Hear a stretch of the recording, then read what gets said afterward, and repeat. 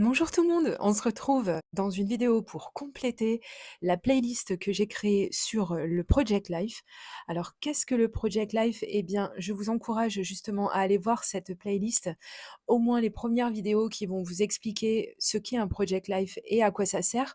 Je vais vous montrer juste après quelques images, quelques pages du mien, de mon Project Life. Donc comme ça, vous allez comprendre en quoi ça consiste, même si vous suivez mes vidéos et que vous êtes abonné à ma chaîne, vous savez de quoi je vous parle. Je vous conseille principalement d'aller voir la vidéo dont je vous mets la miniature à l'écran tout de suite, parce que c'est dans celle-ci, même si elle est un peu longue, que je vais vous donner un maximum d'informations.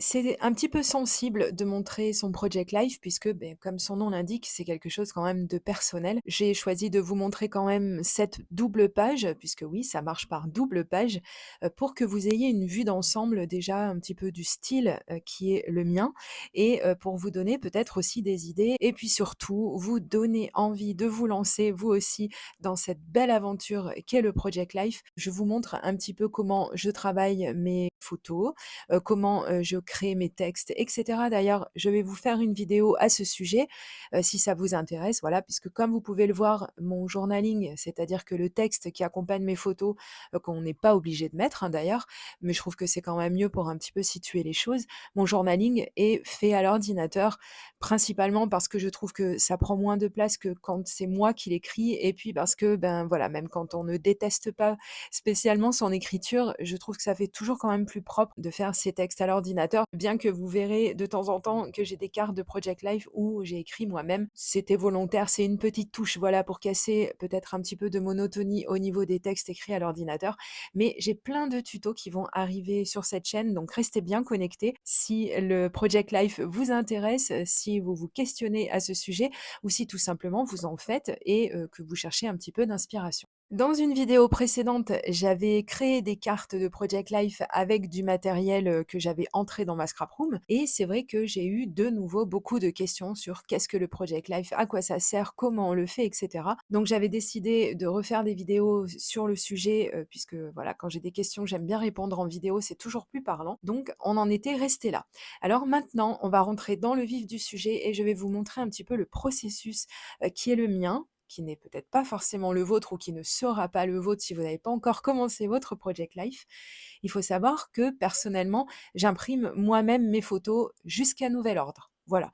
Ça n'est peut-être pas très économique, c'est pas faux, mais c'est vrai que ça me laisse plus de liberté dans les formats et on en reparlera certainement, parce que je pense que j'aurai des questions à ce sujet et de toute façon là, je vais devoir, remplacer les cartouches de mon imprimante puisque c'est pas spécialement ça qui les a vidées. Mais bon, à force, de toute façon, voilà, il faut quand même changer ses cartouches de temps en temps. C'est un petit budget. L'impression photo, même par d'autres biais, ça peut être aussi un petit budget, mais bon, on y reviendra, on en reparlera. Donc voici comment je fais. Donc une fois que j'ai imprimé mes photos sur papier A4, papier photo bien sûr, je les découpe et surtout ce qui est important, c'est de garder la chronologie. Enfin, à mes yeux, on n'est pas obligé de respecter exactement, mais ce que j'aime bien faire, c'est, de noter au crayon de papier, à l'arrière de chaque photo, la date en fait à laquelle elle a été prise et si besoin, le lieu aussi. C'est pour ça qu'on est super aidé avec nos téléphones. Comme vous le voyez, il suffit, d'une petite manipulation pour retrouver la date et même l'heure exacte si on a besoin. On trouve aussi la localisation exacte, enfin bon, c'est vraiment super. Je vous montre un petit peu comment je découpe, mes photos, bien que ça ne soit pas si sorcier que ça. Alors pour les grandes parties qui me permettent d'utiliser un massicot, je vais effectivement utiliser un massicot parce que je trouve, que c'est quand même bien pratique et c'est très, très rapide. Vous allez voir par la suite, je vais utiliser également un scalpel. Là aussi, c'est assez rapide, il suffit juste de bien viser, voilà, entre chaque photo. J'essaie de ne pas laisser de blanc le plus possible entre chaque photo et bien par souci d'économie parce que, j'essaie de mettre un maximum de photos sur chaque, papier A4 que j'utilise. Ici, je serais partie principalement, c'est vraiment pour rester dans un exemple très, très basique, pour les personnes qui voudraient commencer. Donc je suis restée sur des formats de photos en 7,5 par 10. Il y a beaucoup de pochettes de Project Life qui proposent, ce format-là, mais après on peut tout à fait s'en affranchir. On peut faire plus grand, on peut faire plus petit et cetera et donc j'ai sorti mon super, mini massicot guillotine. Il faudra absolument qu'à l'avenir, j'arrive à me procurer un grand massicot guillotine parce que je trouve que les massicots guillotines, je vous en ai déjà parlé dans une vidéo précédente, je vous la mettrai dans la barre d'informations sur les différents massicots et les avantages qu'ils ont, l'un et l'autre. Je peux vous dire qu'on n'est jamais déçu avec un massicot guillotine, surtout, bah, évidemment, si on le prend un petit peu de marque et qu'il est réputé pour être de bonne qualité. Il a vraiment plein, plein d'avantages et celui-ci, ce qu'il a aussi, c'est qu'il est comme il est petit, il est, adapté donc justement aux, petites photos ou aux photos tout court, au format 10 par 15. Donc voilà, c'est super à avoir et puis vous voyez qu'il y a de temps en temps aussi où, on je termine aussi avec des ciseaux, mais il faut reconnaître que voilà, si vous êtes comme moi, que vous êtes brouillé avec tir droit, on est un petit peu embêté. Découper droit, c'est pas à la portée de tout le monde, donc voilà. Et aussi, vous avez vu que j'ai écrit des textes sur, les parties vides de mon papier, photo et je fais souvent ça et on verra dans une vidéo comment, je m'en sers. Il y a vraiment plein, plein de façons, d'utiliser ça et c'est surtout génial parce qu'on fait de la récup, on laisse pas, du vide sur un papier donc ça, c'est vraiment génial.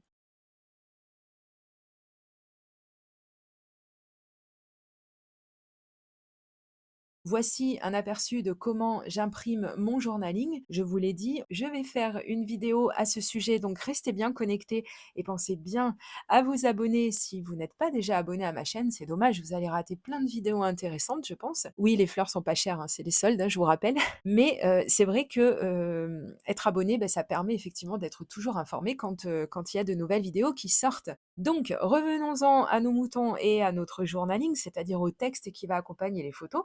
Donc je l'ai découpé comme vous l'avez vu, sur la vidéo et je vous montre également que personnellement, j'ai opté pour le style arrondi au niveau des photos, de mon Project Life. Mais ça, c'est tout à fait, à votre goût, c'est tout à fait personnel. C'est très joli aussi si on n'arrondit pas les bords. Moi, je trouve que ça fait moins saillant, c'est un petit peu moins, agressif, on va dire peut-être à l'œil, mais ça, c'est encore une fois, c'est très, très personnel. Ne prenez peut-être pas trop exemple finalement sur cette page, de Project Live que je vais faire. Vous allez peut-être prendre peur en fait parce que vous voyez énormément de texte, mais ne vous inquiétez pas, vous pouvez très bien ne mettre que des photos. Vous pouvez mixer le texte et les photos. Vous pouvez mettre uniquement du texte, un petit peu à peu près comme je l'ai fait. Ici, c'était très, très spécial parce qu'en fait, c'était une semaine au mois d'avril très importante et j'avais, j'avais besoin de parler, je crois. C'est au moment en fait où on a trouvé, la location qu'on occupe actuellement et c'était vraiment un moment, charnière dans notre vie donc voilà, j'avais vraiment envie d'en garder une grande, grande trace et de m'épancher un petit peu sur le sujet pour, garder même si ça restera, je pense, gravé à vie dans nos têtes, mais voilà, pour expliquer peut-être aux gens de l'extérieur qui, n'ont pas vécu la chose en même temps que nous, que c'est quand même assez important de temps en temps de mettre un petit peu enfin à mes yeux, de mettre un petit peu de contexte. Il y a des personnes qui font du project life et qui, ne mettent que le nom des endroits, qu'on voit en photo et cetera. Chacun adapte, son style. Il y a aucun problème là-dessus. Au contraire, j'ai envie de vous dire, au contraire, ne faites peut-être pas toujours le mouton de Panurge et n'hésitez pas à avoir vos propres idées, à essayer de tourner les choses comme vous le sentez vous. Après tout, le project life, c'est quelque chose d'hyper personnel. Si vous faites quelque chose et que ça ne vous ressemble pas, vous allez vite arrêter, je pense, parce que vous serez frustré et c'est pas quelque chose, qui vous donnera beaucoup de plaisir ni à faire, ni à regarder par la suite et ça serait vraiment, vraiment bien dommage, parce que c'est tellement chouette comme projet. Je vous en parle très, très souvent. C'est super simple à réaliser, il faut pas énormément de matériel non plus. On peut faire sans le matériel de base.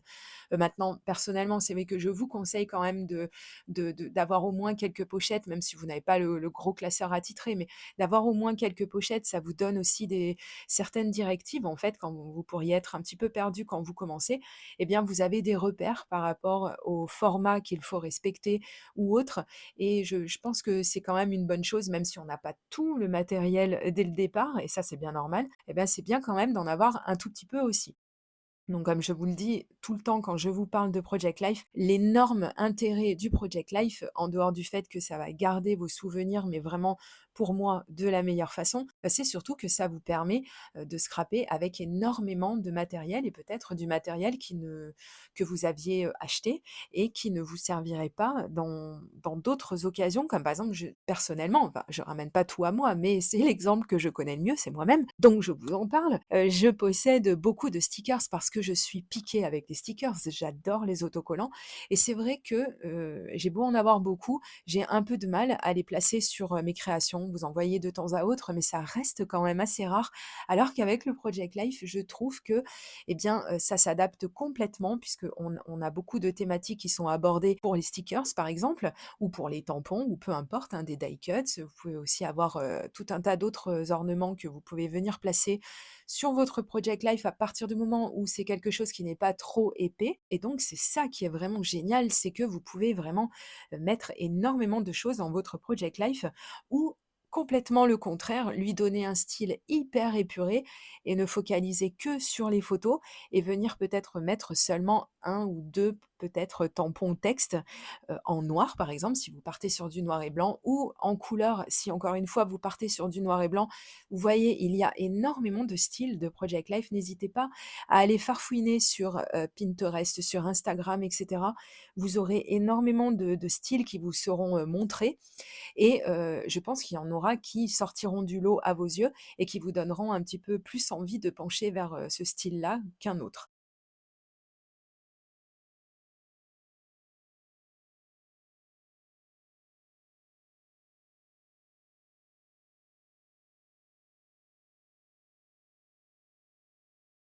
J'ai beaucoup blablaté, mais du coup, on arrive bientôt à la fin de cette vidéo, donc je vous ai montré comment, j'ai procédé pour, faire cette première page. Je n'ai pas mis beaucoup d'ornements justement parce qu'elle est très chargée au niveau texte, donc ça aurait fait un petit peu lourd, je pense. Je ne sais pas ce que vous en pensez? N'hésitez pas à me dire si ça vous intéresse qu'on continue et que je fasse donc le verso de cette première page et que je vous donne, peut-être d'autres idées. J'espère que cette première page vous a déjà plu. N'hésitez pas, comme je vous l'ai dit, à aller voir, cette fameuse playlist Project Life que je vous mets dans la barre d'informations et je vous dis à très, très bientôt pour de prochaines vidéos créations.